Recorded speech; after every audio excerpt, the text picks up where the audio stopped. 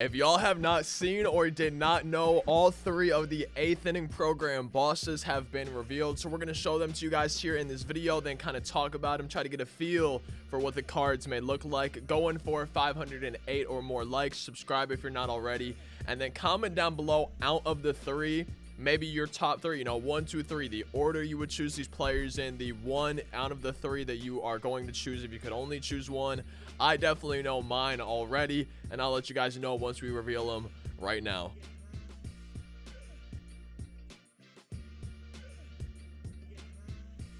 So as you just saw, we have 99 Ernie Banks, we have Chris Sale, and we have Willie Mays. And I don't know about y'all, but for me, it's an easy no-brainer. Like, my number 1 choice out of those 3 guys is going to be Willie Mays.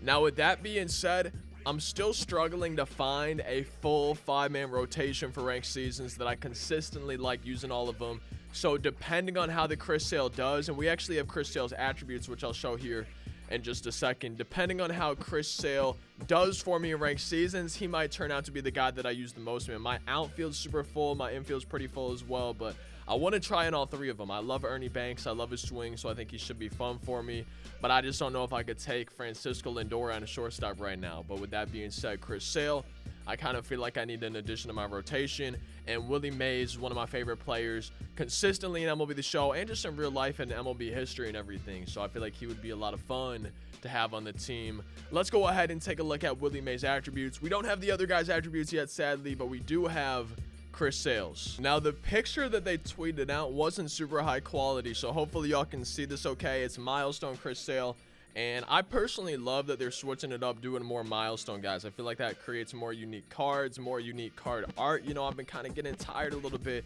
of signature series or the award series, right? I feel like we've been seeing a lot of that. But we got Chris Sale here, 4-seam, slider, circle change, and a sinker. Obviously, the hits per 9 101, that's a little bit low. If y'all did not know, hits per 9 is the attribute that makes the PCI for your opponent smaller. So compared to somebody else, one of these guys who has like 120, 125 maxed out hits per 9, the PCI is going to be a little bit bigger for your opponent. Now, with that being said, I had to face Chris Sale's, I think, his live series card earlier in the year, and then I got to face his reliever card in BR and stuff, and I struggle to hit Chris Sale. His release plus that velocity and everything, it's always a little bit tough for me. So with that being said, I feel like this card should not be that bad in ranked seasons, right? I feel like he should be pretty decent. I'm excited for Chris Sale. Slider, circle change, sinker, 4-seam. It's not a bad pitch selection, especially having that sinker, that slider running in on righties, running away from lefties. I feel like should be pretty nasty. To go with 96 control, which is really good. I can't wait to see the individual pitch control. To go with 96 velocity, to go with 99 break. I feel like this card, even though the hits per 9 is a little bit lower than a lot of people, including myself, might want to be seeing, I still feel like he should be a good card, especially with his release, with that control, velo, break, and everything. Plus the hits per 9, it's not like it's terrible, it's just lower than some other options that we have. Now, I just want to take a closer look at the cards, the card art for Ernie Banks and Willie Mays, and then take a look at the 7th inning program just to get an idea for something, and then go to MLB 20 and try to get a feel for what the cards and their attributes are going to be looking like for Ernie Banks, for Willie Mays. Now, if I'm not mistaken, with Ernie Banks, I feel like we had this exact card last year. I feel like we got his MVP award series card last year, so I feel like his attributes, I would assume, should match up pretty closely. I could be wrong on that, but I feel like they should, so that should be pretty easy for us to see. And again, I love Ernie Banks' swing, man. His swing's always nice for me. And just taking a look at my current team, I feel like I don't know if I could take Francisco Lindor out. Now, maybe I can move Lindor to second and put Ernie Banks in, but I like having the lefty in my lineup. I like having Matt Carpenter. I like having that lefty in my lineup, so I'm not really sure. As for my outfield and Willie Mays, oh man, I think I do a little bit better with O'Neal right now than Mookie Betts, but it's still tough, man. It's still tough. I really just need to try to get a feel for Willie Mays, see if I can do as well with him this year as I've done in previous years. Now, the one thing that I love is that Willie Mays is a milestone card. You're not having his award series, his MVP series, whatever it was in the past. You're having a milestone card. So I feel like his attributes should be different than the previous Willie Mays that we've seen, right? I feel like he should have, obviously it's a Willie Mays card, right? He's going to have speed, he's going to have power, contact, fielding, all that good stuff.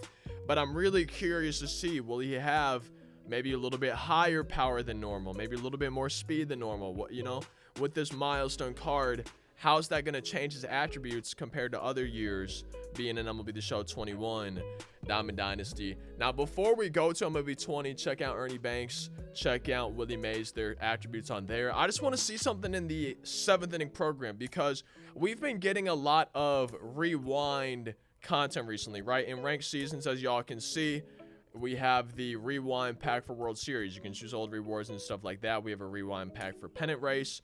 And if we go to the events, we go to the rewards for that. We have rewind packs for the uniforms, but also for previous event rewards and everything. So I feel like it's about time, and I would not be surprised at all to see a rewind pack for the 7th inning, or for the 8th inning program, I should say, right?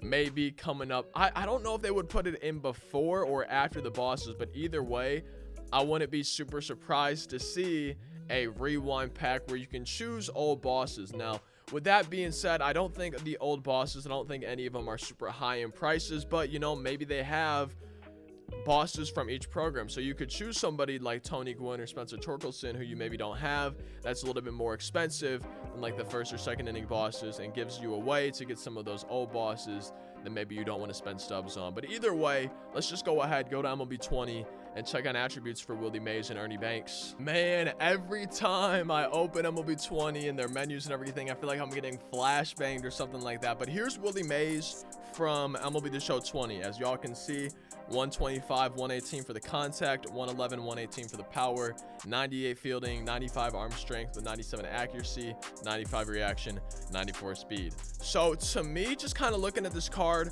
what might be different considering his new one is a milestone card? It's a 300 club, 660 homers, over 300 stolen bases. So for me, obviously, the stealing, as y'all see in the bottom right, is going to be way better. That stealing is going to be super high, probably up in the 90s if I had to guess. I would assume the speed's going to be 94 or higher, because if it's 94, you can max it on a 99. I would be very surprised to see the speed lower than 94. Fielding, I would imagine probably about the same, if not exactly the same. And then for the contact and power, I'm guessing the power is going to be higher. If I had to guess, because, you know, 660 homers, I don't know exactly off the top of my head his splits versus righties or lefties in his career, but I would assume his power versus both sides is probably going to be higher. I would say at least 120 versus lefties, and maybe at least 115 versus righties for that power.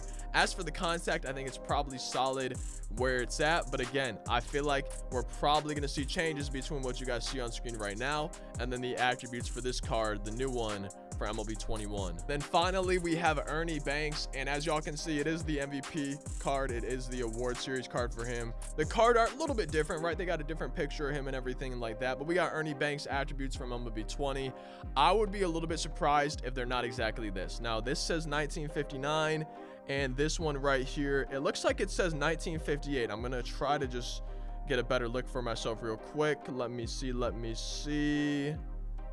Yeah, so they are different years. So this one is 1958, this one's 1959. So that actually could mean that we're seeing some different attributes. While it is the same type of card for Ernie Banks, it is a different year, which means we could be seeing some different attributes. But I imagine it's going to be similar, right? High contact versus lefties, good power versus both sides. I would like to see a little bit higher contact versus righties, and then obviously some diamond defense with some 50 to 60 speed is what I imagine we'll probably be seeing for Ernie Banks. Now I'm taking a look at his baseball reference page, and Ernie Banks in 1958 had 47 homers compared to 45 in 1959. So he had more home runs, so maybe his power will be higher. His average was also higher than in 1959.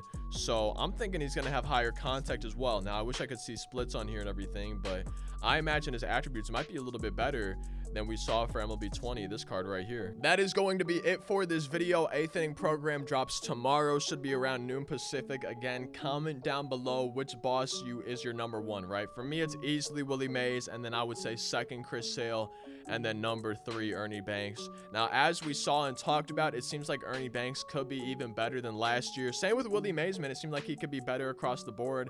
And then Chris Sale, we've already seen his attributes, and his hits per 9 a little bit lower than we might want it, but I still feel like he should be a nasty card. I'm excited to see the attributes for all of them, see how they all play. Once that drops tomorrow, we should have a video covering that, and then either in the same or a separate video be covering the Division Series program. I will see you then. Like, comment, subscribe. Can't wait to see your thoughts down in the comment section. I will see you next time. Hope you have a fantastic rest of your day. Peace out.